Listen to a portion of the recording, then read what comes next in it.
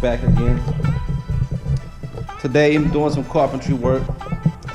So, first of all, I want to apologize for what I've done to you guys.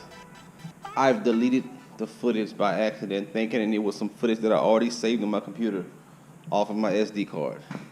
And the footage was me building this. This is the mezzanine / new room that I'm building for my shop. As you see, I framed it all up and threw the top platform on using 2x6s and 2x3s because lumber is very expensive right now. So I use a 2x3 framing. I'm no carpenter for one, so don't come scrutinizing my carpentry work. And I am knowledgeable to a certain extent about framing and decent and certain things, you know. Well, one big boo-boo I made was that I did not put a double stud on top. We was trying to get this done so fast. It was toward the end of the day. I think it took us like 2.5 hours to get all of this done, which is, I think, pretty reasonable with two people. And I forgot the double stud at the top.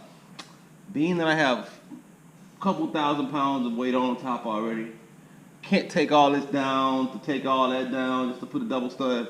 What I'm gonna do is I'm gonna go under. I'm gonna cut a bunch of pieces of wood, which is not gonna take me more time, and I'm gonna put them like inserts in between each bracket at the top right here. Right in between these, and I'm gonna nail them, tack several nails upon and give it some support in between each stud. That way, I'll be able to increase the strength, especially being that this is a load carrying structure. And that's definitely going to make the area way more rigid, which is definitely needed. And shoot, that's what I'm working on right now. Now after that, I'm gonna take y'all to the next portion, which is the outdoor kitchen, which is where I left off with the outdoor. So this is the outdoor kitchen area that I'm outdoor patio area. Well, adding an outdoor kitchen on that far wall. And on that far wall, notice this concrete slopes down. If I can straighten it up enough, you can see it's a slight slope. That way the water runs off, but it wasn't supposed to have water in here anyway.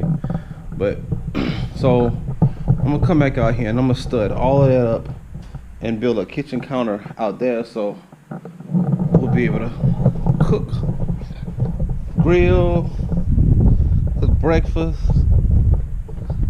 put the refrigerator that's in the shop right here out there, all the above. I got a 4-burner.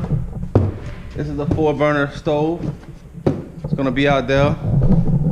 And also, I've got the outdoor grill. This is a 36-inch grill, no, 40-inch. 40-inch grill, 40-inch KitchenAid grill that is definitely gonna go out there and make for some good outdoor gas grilling.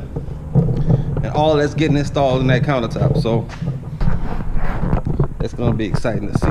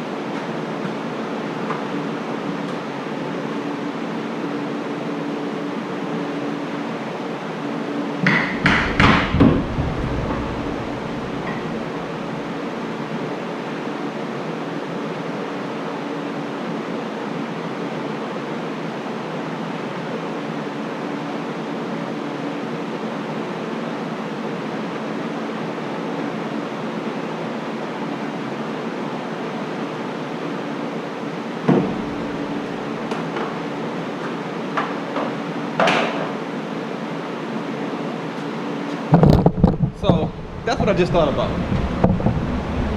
An ingenious way to do what I'm doing better. Since I'm going under the stud to try to support because I forgot the double stud, why not turn my wood vertical, and get more strength? It works the same way with the same concept of the vertical studs up there. That's why you don't lay them down, because they'll fold and get flimsy going with the grain. You get more strength being vertical. I'm gonna start standing the rest of my studs up, and I'll end up with more strength than I was probably when if I would have did it double stud.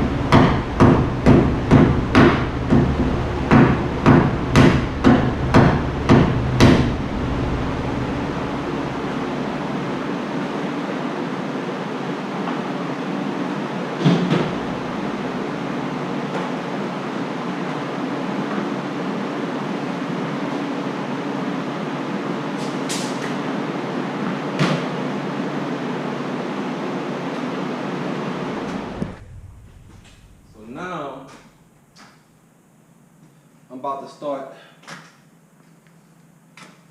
the low voltage wiring.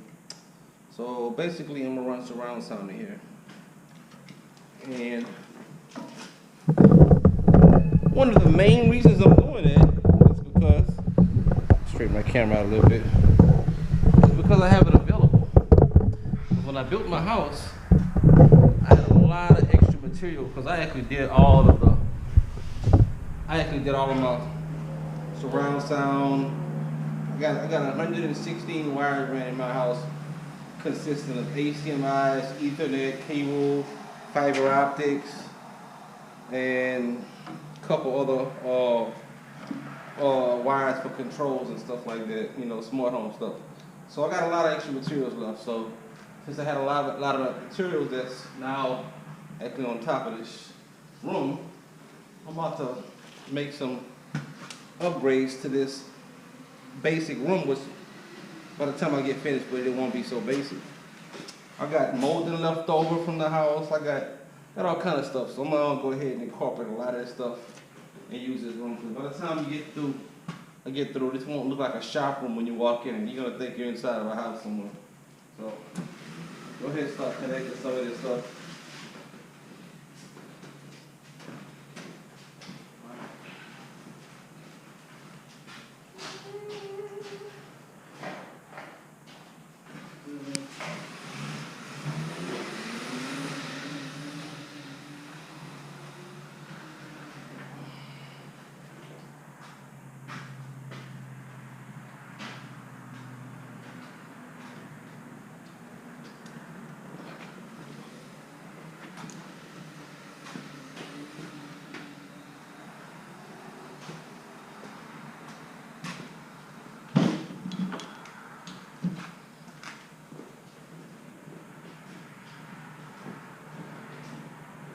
Boy, it's getting windy outside.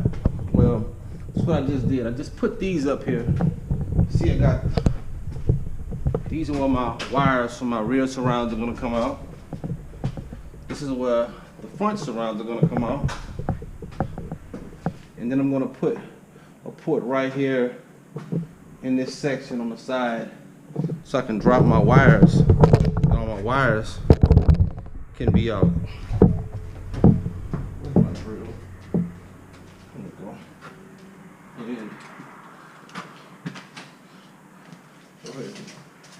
I usually like having my TV receptacles at 64 inches. That's what I put all my receptacles at in the house. Not all, but for my media receptacles and outlets at 64 from the bottom. This is a bad way to do that. Let's do this again.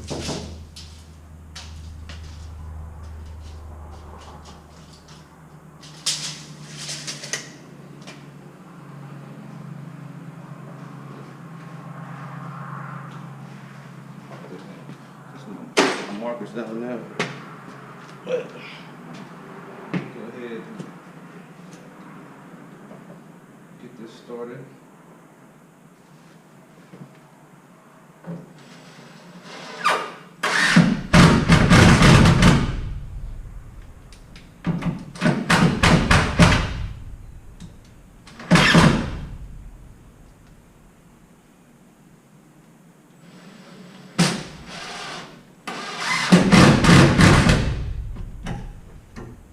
Now I just pop all the wires in and run all the wires. These wires for the rear, right and front right, and you see it going down, going over, going up into the main portion where I have the stereo receiver hanging on the wall in the front. And I put all the little media receiver, PlayStation, or whatever, you know, whatever it want to be. Hanging on the wall, and then come over here. I do the same thing. So go ahead and take a look.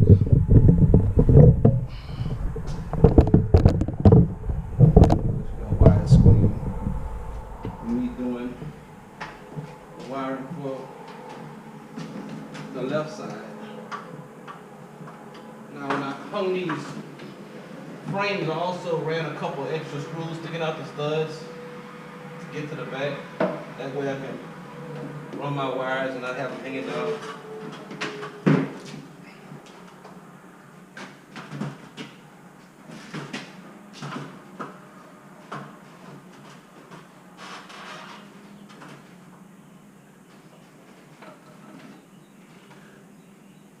And I'll bring the wire down, the whole wire drill.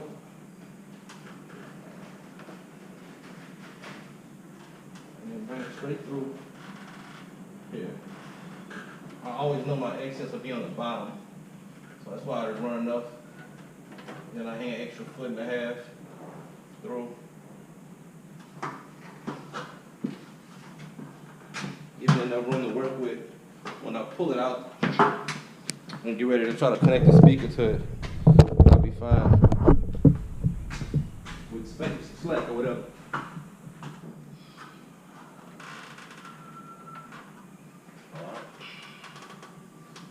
Here, same thing. An idea how much it's gonna take. Sometimes it's better to start your run like halfway, and then or at least the long pull first. That way, when you back pull the remaining amount, you won't be measuring out too much wire, trying to get a big estimate. It'll be a lot easier to estimate your wire. So we'll come down, go here, here, here. Then I need enough to hang.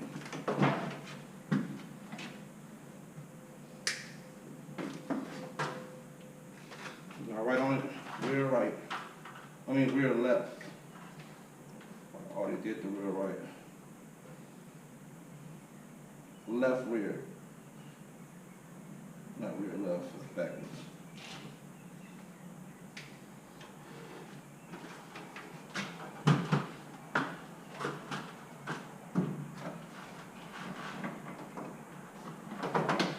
Roll the stud.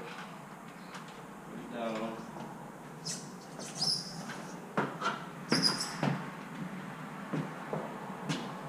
Stud.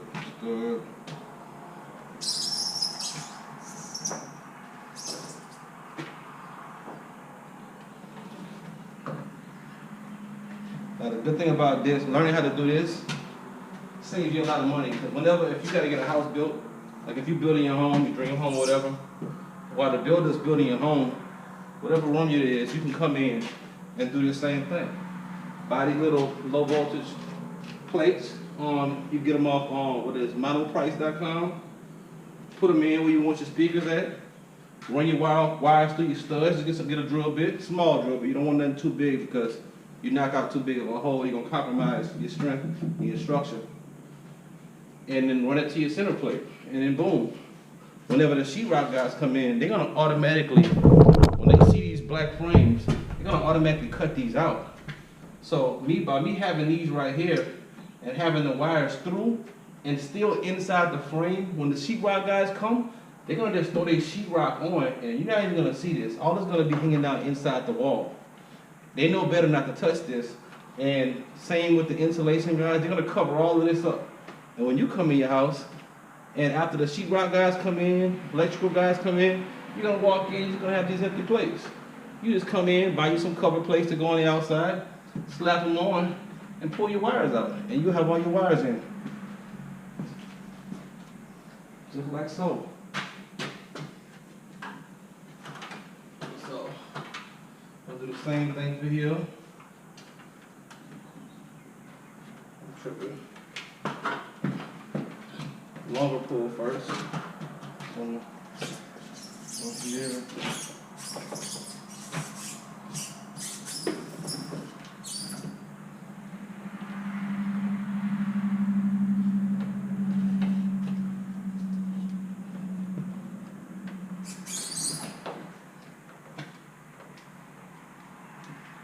Front left. Well, left front, whatever.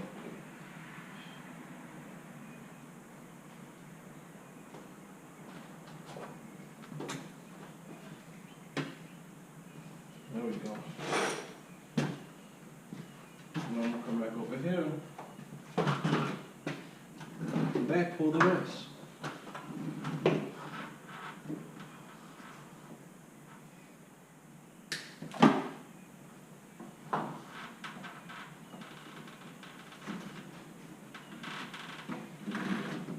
Boom.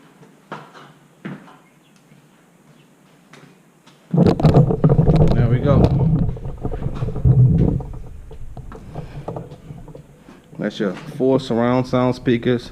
I'll pop a center speaker spot. I might just drop an extra wire. I might not even run a wire. I might just wire direct because I'm gonna have a TV right here. Just wire a center channel speaker right under the TV. Now you got your front and your rears. All that's ran. And then next time, I'm gonna come back, buy some of those blue boxes, like these, because this was a receptacle that was here before. I'm actually gonna take this out.